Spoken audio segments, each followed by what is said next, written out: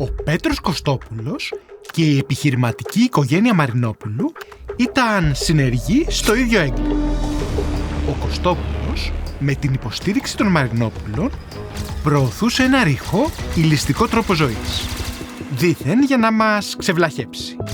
Οι Μαρινόπουλοι από τη μεριά τους είχαν φέρει τις κατάλληλες διεθνείς επιχειρήσεις στην Ελλάδα για να θρέψουν αυτόν τον trendy υπερκαταναλωτισμό. Σε αυτό το βίντεο θα δούμε πώς αυτή η φούσκα του lifestyle γιγαντώθηκε και πώς τελικά έσκασε με πάταγο εις βάρος όλων μας. Και η τελευταία πράξη αυτού του δράματος έχει γραφτεί στις μέρες μας, με την πρόσφατη κατάρρευση ενός από τα τελευταία σαθρά προπήρια των Μαρινόπουλων. Όλα όμως ξεκίνησαν από τα φάρμακα στα σούπερ μάρκετ. Για όσους είμαστε από μία ηλικία και πάνω, το όνομα Μαρινόπουλος θα θυμίζει πάντοτε τα ομώνυμα σούπερ μάρκετ, παρόλο που το ξεκίνημα των επιχειρήσεών τους ήταν πολύ διαφορετικό. Σε προηγούμενο βίντεο είχαμε δει αναλυτικά την ιστορία της οικογένειας. Πώς ξεκίνησε από τον Δημήτρη Μαρινόπουλο με ένα φαρμακείο το 1893. Μαζί με τον αδερφό του Πάνο έκαναν τα φαρμακεία αλυσίδα.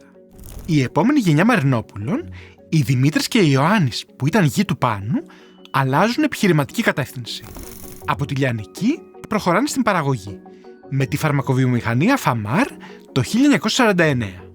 Στις επόμενες δεκαετίες, ο τομέας των φαρμάκων εξελίχθηκε σε έναν από τους πιο ισχυρούς της παγκόσμιας οικονομίας. Και με την ανάπτυξη που φαίνεται πως θα έχει η τεχνολογία, σε λίγα χρόνια είναι πολύ πιθανό να κυκλοφορήσουν ακόμη πιο εξελιγμένα φάρμακα, που θα βοηθήσουν να αντιμετωπιστούν ασθένειες που ακόμα ταλαιπωρούν την ανθρωπότητα. Αν πιστεύεις σε αυτή τη μελλοντική εξέλιξη, τότε ίσως σε ενδιαφέρει να επενδύσεις στις μεγαλύτερες φαρμακοβιομηχανίες του κόσμου, όπως η Pfizer, η Johnson & Johnson, η Merck & Co και η Bristol Myers Squibb. Πλέον, μπορείς να επενδύσεις σε αυτές τις πολυεθνικές από την άνεση του καναπέ σου με το κινητό σου, μέσω της Freedom 24. Και θα σου δείξω ακριβώς τον τρόπο. Αρχικά, αν θες να ξεκινήσεις με ένα ωραίο μπόνους, πάτα το δικό μας σύνδεσμο στην περιγραφή ή το πρώτο σχόλιο. Το μόνο που θα χρειαστείς για τη δωρεάν εγγραφή σου είναι η ταυτότητά σου, μία selfie για ταυτοποίηση, έναν λογαριασμό 10 στο όνομά σου και σε λίγα λεπτά είσαι έτοιμος. Η πλατφόρμα της Freedom 24 είναι πλήρως εξελληνισμένη και έχει υποστήριξη στα ελληνικά. Επίσης, στην περιγραφή θα βρεις ένα αναλυτικό μας βίντεο, στο οποίο θα δεις όλες τις λειτουργίες και τα μυστικά της πλατφόρμας. Από τον εξυπνότερο τρόπο για να βάλεις χρήματα στο λογαριασμό σου, μέχρι να αγοράσεις όποιο επενδυτικό προϊόν επιθυμείς. Να τονίσω πάντως πως κάθε είδος επένδυσης ενέχει ρίσκο. Μάλιστα, με την προσφορά Welcome μπορείς να έχεις δώρο μέχρι και 20 μετοχές, αξίας 3 μέχρι $800 καθεμία, ανάλογα με το πόσα χρήματα θα βάλεις στο δικό σου λογαριασμό της Freedom 24. Δες τους αναλυτικούς όρους και προϋποθέσεις. Τόσο απλό είναι λοιπόν να μπεις στον κόσμο των επενδύσεων. Και μπορείς να το κάνεις με ένα μοναδικό extra bonus από το δικό μας link στην περιγραφή και το πρώτο σχόλιο. Όμως, παρά τη δυναμική των φαρμάκων, η δεύτερη γενιά Μαρινόπουλων ήθελε να διαφοροποιηθεί επιχειρηματικά. Το 1962 δημιούργησαν το πρώτο σούπερ μάρκετ στην Ελλάδα με τη μορφή που το ξέρουμε σήμερα. Αργότερα, σε συνεργασία με την Continent, δημιούργησαν το πρώτο ελληνικό υπερμάρκετ. Μία κίνηση για την οποία δεν ήταν έτοιμη ούτε καν η νομοθεσία στη χώρα μας. Τα σούπερ μάρκετ υπήρξαν σίγουρα η κορονίδα του ομίλου. Στην κορυφαία του στιγμή, οι Μαρινόπουλοι διέθεταν περισσότερα από 900 καταστήματα και σχεδόν 14.000 υπαλλήλους. Ήταν ο μεγαλύτερος όμιλος λιανεμπορίου στη χώρα. Σταδιακά, η διοίκηση πέρασε στην τρίτη γενιά Μαρινόπουλων, δηλαδή στους γιους του Δημήτρη, Λεωνίδα και Πάνο, και τα ξαδέρφια τους, Στέφανο και επίσης Πάνο, γιους του Ιωάννη. Αυτός ο Πάνος του Ιωάννη έμεινε γνωστός ως Πανάρας. Ο Πανάρας φαίνεται να ήταν ο πιο γλεντζές από τους Μαρινόπουλους. Του άρεσε ιδιαίτερα το νταχτυρντή και το ξενύχτη. Και με αυτό σαν δεδομένο, ίσως να χρεώσουμε σε εκείνον μία πολύ συγκεκριμένη διαφοροποίηση στον όμιλο. Στροφή στο lifestyle. Το 1982 οι Μαρινόπουλοι ξεκινεί την ανάπτυξη των καταστημάτων beauty shops. Η αλυσίδα ειδικεύεται στα καλλιτικά, τα είδη προσωπικής περιποίησης και το γενικότερο χώρο της αισθητικής. Αρχές της δεκαετίας του 90, ο όμιλος φέρνει στην Ελλάδα το πρώτο κατάστημα της βρετανικής αλυσίδας Marks & Spencer. Ρούχα υψηλής ποιότητας και σίγουρα πιο ανεβασμένης τιμής. Το κατάστημα άνοιξε μέσω μιας νέας εταιρείας με το όνομα Marks & Spencer Μαρινόπουλος, στο οποίο συμμετείχαν με ποσοστό από 50% οι δύο όμιλοι. Κρατήστε αυτό το ποσοστό, έχει σημασία. Αυτή η κίνηση δεν φαίνεται να ήταν τυχαία. Τις δεκαετίες του 80 και του 90 υπήρξαν σημαντικές αλλαγές στην ελληνική κοινωνία.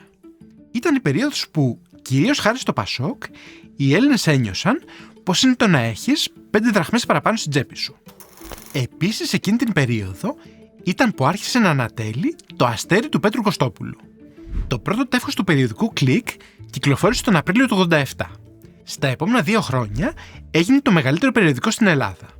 Αν ήσουν vintage συνδρομητής στο κανάλι μας, πιθανώς να έχεις δει το βίντεό μας για το βίο και την πολιτεία του Πέτρου Κωστόπουλου. Αν δεν είσαι συνδρομητής, τι έγινε? Ακόμα δεν ξεβλάχεψες? Πάτα τώρα την εγγραφή και ενεργοποιείς την καμπάνα για να λαμβάνεις ειδοποίηση για κάθε νέο βίντεο που ανεβάζουμε. Και αν θες να βλέπεις τα βίντεό μας πρώτος από όλους, μπορείς να γίνεις μέλος του κανάλι μας.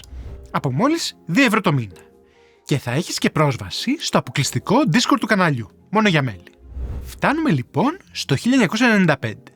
Υπό συνθήκες που δεν έχουν διευκρινιστεί πλήρως, ο Κωστόπουλος τα σπάει με τον Τερζόπουλο, το μεγαλοεκδότη που έβγαλε το Κλικ. Ο Κωστόπουλος ένιωθε έτοιμος να κάνει κάτι δικό του, να γίνει εκείνος ο εκδότης. Όμως αυτό χρειάζεται χρήματα και θα τα έβρισκε μέσα από 2 φιλίες. Η μία είναι με τον Ελληνοκύπριο κατασκευαστή Δάκη Ιωάννου, ο οποίος έχει χτίσει σημαντικά έργα σε Μέση Ανατολή, Αφρική, Κύπρο και Ελλάδα. Ήταν ένας άνθρωπος χαμηλών τόνων, που το μεγαλύτερο του ενδιαφέρον ήταν η συλλογή έργων τέχνης. Η δεύτερη φιλία του Κωστόπουλου ήταν με τον Πανάρα Μαρινόπουλο. Αναφέραμε ήδη το πόσο γλεντζές και μπουζουκόβιος ήταν ο Πανάρας.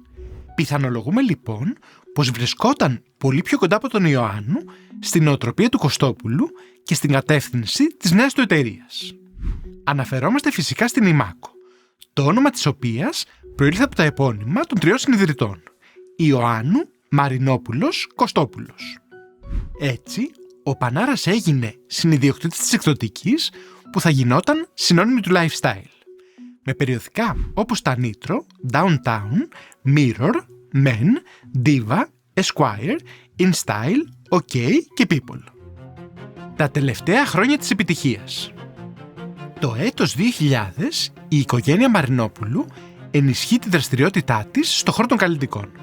Συνεργάζεται με το γαλλικό πολυεθνικό όμιλο LVMH, ο οποίος περιλαμβάνει δεκάδες θυγατρικές και μπραντς στον χώρο των ειδών πολυτελείας. Από τα ρούχα και αξεσουάρ Louis Vuitton, Armani και Christian Dior, μέχρι τις σαμπάνιες Moët και Dom Perignon, τα ρολόγια Tag Heuer και τα κοσμήματα Bulgari, μεταξύ πολλών άλλων. Η συνεργασία με τους Μαρινόπουλους αφορά την είσοδο των καταστημάτων καλλιτικών σε φορά στην Ελλάδα. Σταδιακά, τα 50 beauty shop που υπήρχαν σε όλη τη χώρα άρχισαν να μετατρέπονται σε Sephora. Και αυτή η συνεργασία γίνεται μέσω θυγατρικής εταιρείας, στην οποία συμμετέχουν οι Μαρινόπουλοι με την LVMH σε ποσοστό 50-50. Το 2002, ο Πανάρας φέρνει στην Ελλάδα τα Starbucks. Ήταν μια πρωτοποριακή κίνηση, και για την επιλογή της συνεργασίας, αλλά και για την ελληνική πραγματικότητα. Βλέπετε, τα Starbucks ήταν μεν πολυεθνικοί, αλλά στις αρχές της χιλιετίας είχαν γύρω στις 6.000 καταστήματα σε ολόκληρο τον κόσμο. Συγκριτικά, αυτή τη στιγμή διαθέτουν 41.000. Επίσης, εκείνη την περίοδο δεν υπήρχε μεγάλος ανταγωνισμός στην Ελλάδα στο χώρο του καφέ.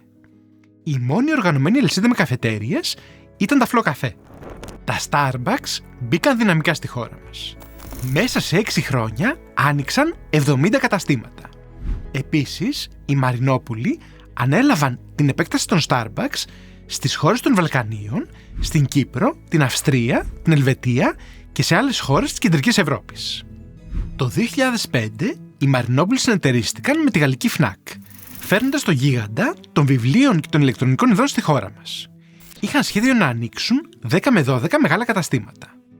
Τέλος, το 2008 η οικογένεια ξεκινάει τη συνεργασία της με την Gap. Πρόκειται για την τρίτη μεγαλύτερη αλυσίδα ειδών ένδυσης παγκοσμίως, έχοντας πάνω από 3.500 καταστήματα. Βρίσκεται πίσω μόνο από την Inditex των Zara και την H&M, οι οποίες αριθμούν 5.500 και 4.500 καταστήματα αντίστοιχα. Να σημειωθεί πως και οι δύο αυτές κοινοπραξίες των Μαρινόπουλων, με Fnac και Gap, ήταν περίπου του 50-50.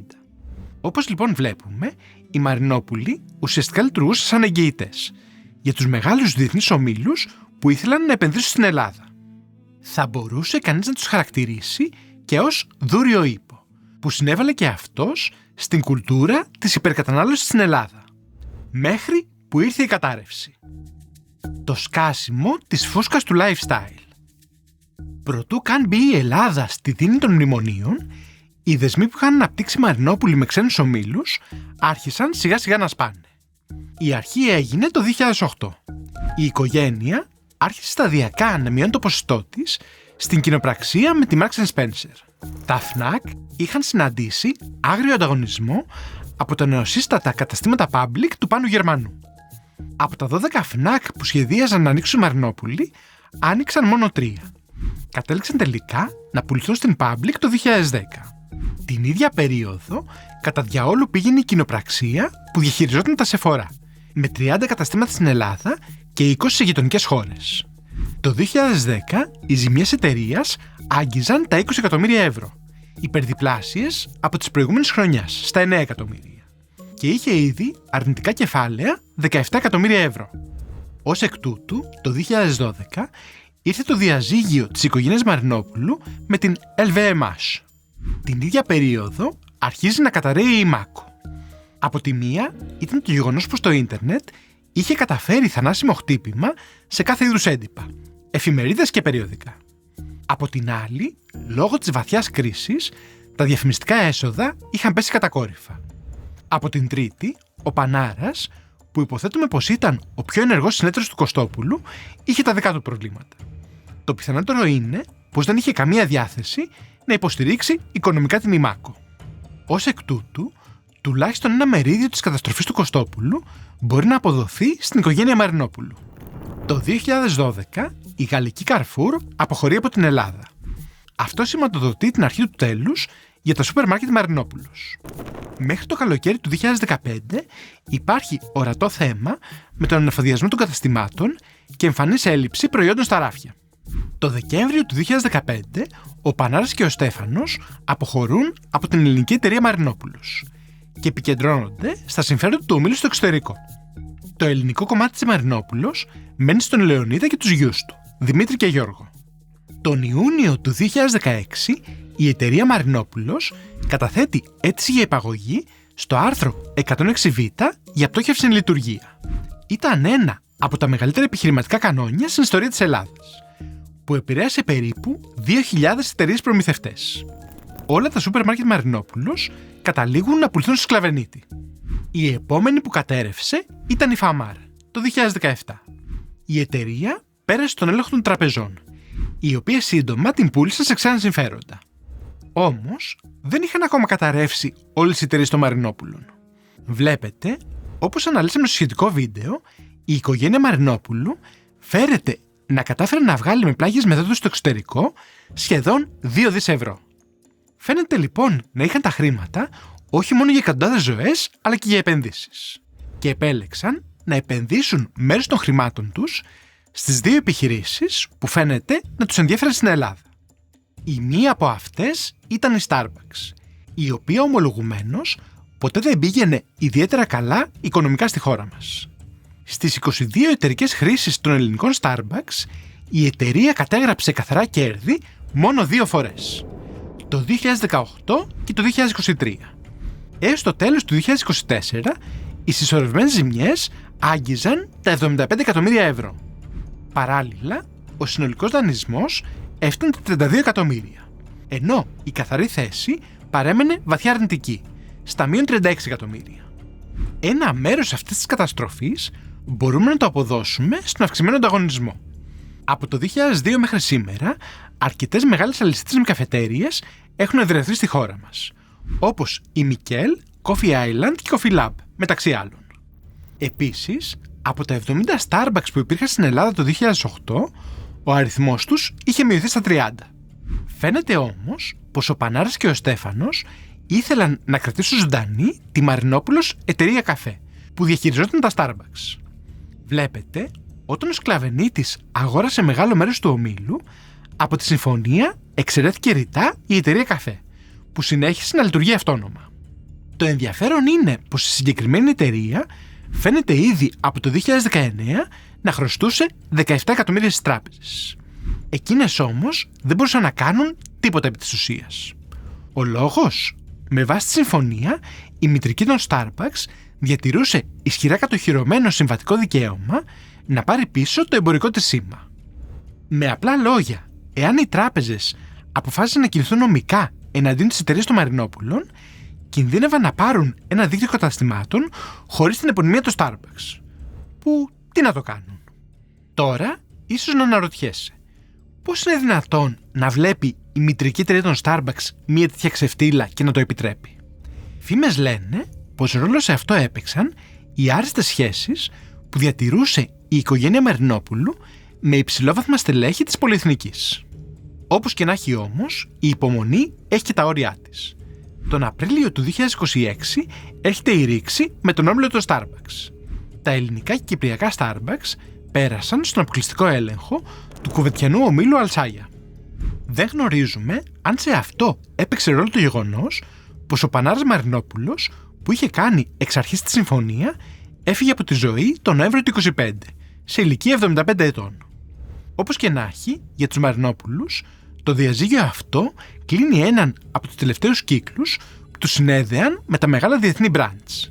Και μαζί με αυτόν, ένα κομμάτι της εποχής που οι ίδιοι εξέφρασαν και σε έναν βαθμό δημιούργησαν.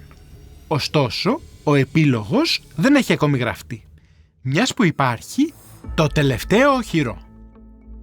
Το μόνο που έχει πλέον απομείνει στους Μαρινόπουλους στην Ελλάδα είναι η συμμαχία με την GAP, το σήμα της οποίας θα διαχειρίζονται στην ελληνική αγορά έως το 2028, μέσω της Κάκτος Σύμβουλη ΑΕ. Ωστόσο, και εκεί τα πράγματα δεν πάνε και τόσο καλά. Ήδη από το 2022 η Κάκτος βρίσκεται σε καθεστώς εξυγίανσης.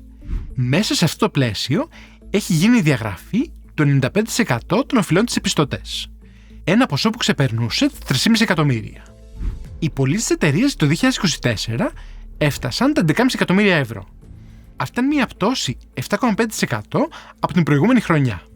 Ακόμη χειρότερη ήταν η κατάσταση των εσόδων, αφού μειώθηκαν σχεδόν 20% από την περασμένη χρονιά. Ήταν δηλαδή περίπου στα 2 εκατομμύρια.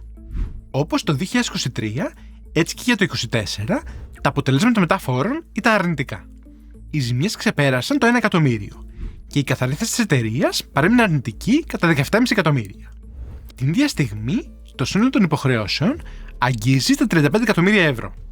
Παράλληλα, η ίδια η εταιρεία εκτιμά πως και για το 2025 οι πωλήσεις θα ήταν κουτσουρεμένες, ενώ διαρκώς φαίνεται πως μειώνεται και το δίκτυο των καταστημάτων. Ίσως λοιπόν να είναι απλά θέμα χρόνου να γραφτεί ο επίλογος των δραστηριοτήτων της οικογένειας Μαρινόπουλου στην Ελλάδα. Μια οικογένεια που βάλθηκε να αποδείξει το τι πραγματικά μπορεί να σημαίνει ο καπιταλισμός και το αμερικάνικο όνειρο. Από το 0 στην κορυφή. Από την κορυφή στην πτώση. Και τελικά στη λαμογιά. Εις βάρος όλων των υπολείπων. Μια ζωή γεμάτη καλογιαλισμένες βιτρίνες και λαμπερά καταστήματα. Για ένα lifestyle που, όπως λέει το γνωστό γκράφιτι, είναι μαγικό. Σε παίρνει από μηδενικό και σε κάνει νούμερο. Όπως και να έχει, κάνει τη δωρεάν εγγραφή στο Freedom24 από το link μας στην περιγραφή και το πρώτο σχόλιο, για να ξεκινήσεις να επενδύεις με ένα ωραίο μπόνους.